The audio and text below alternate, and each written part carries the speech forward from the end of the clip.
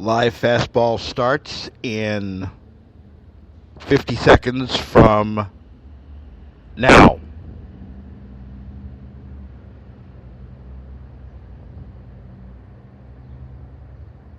In 40 seconds from now. Live fastball starts in 30 seconds from now.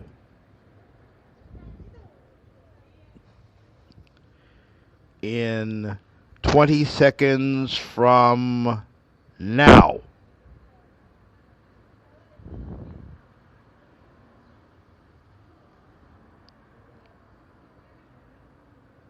Ten seconds.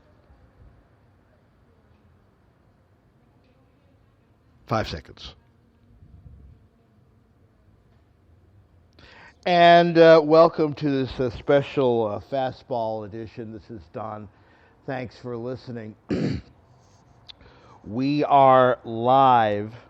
It is almost 8 o'clock in the morning. I just finished doing a podcast, and I just found out that Kasem has finally passed away at the age of 82. You pretty much know the obituary. Host of American Top 40, also co-creator of American Top 40 and its ancillary show, American Country Countdown. He was also a very prolific voice actor. You probably remember him most as Shaggy, the original Slacker from the Scooby-Doo cartoons. He was very active in charities and things like that. If some of you have long memories, you probably remember that Casey was one of the co-hosts in the latter years of the Jerry Lewis Telethon. He was also very active in Arab American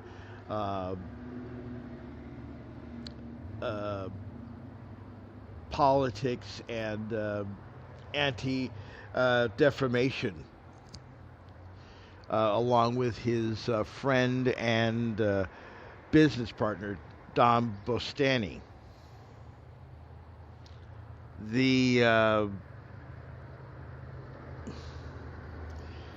The various and sundry battles over his life in the last 2 years, I'll leave that for the TMZ guys. That's not the important thing. The important thing is that I wish I knew Kasem, because he was one of those people who, I don't really have heroes per se, because if you put somebody on a pedestal, they tend to be knocked off. But Kasem, along with Gary Owens, were two of the people who if I was going to pattern my radio life after, it would be those two.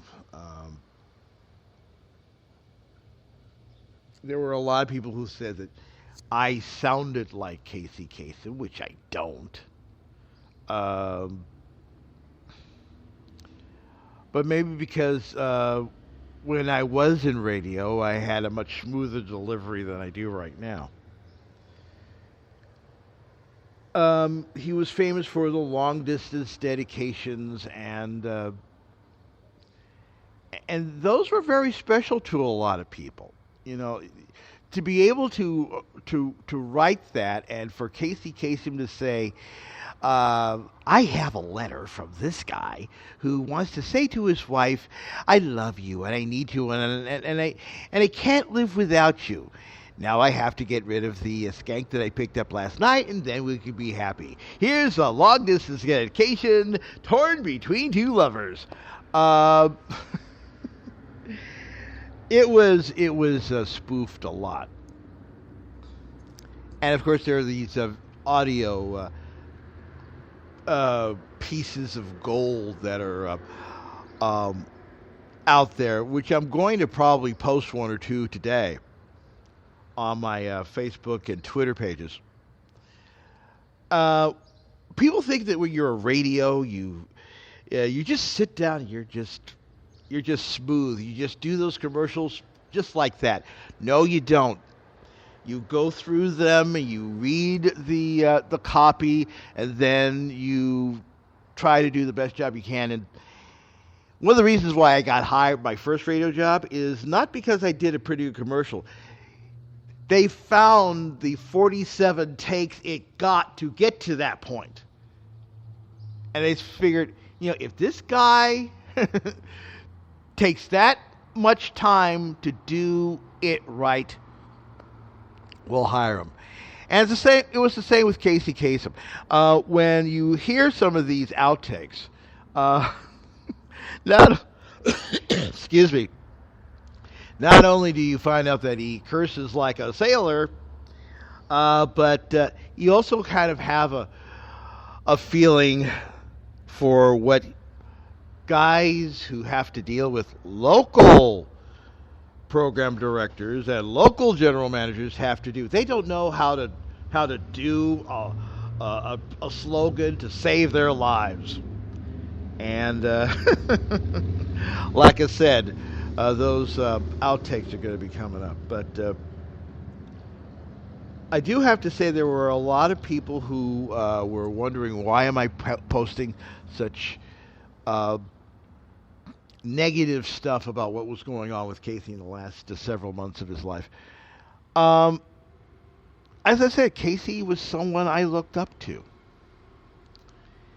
And it was sad to see what had happened, not only to him, but what was being family and things like that. The controversy about where he was and who was taking care of him and all that. I'll also say this in closing. It's really ironic when you think about it that Casey Kasem died on Father's Day. Like I said, with all the stuff that was going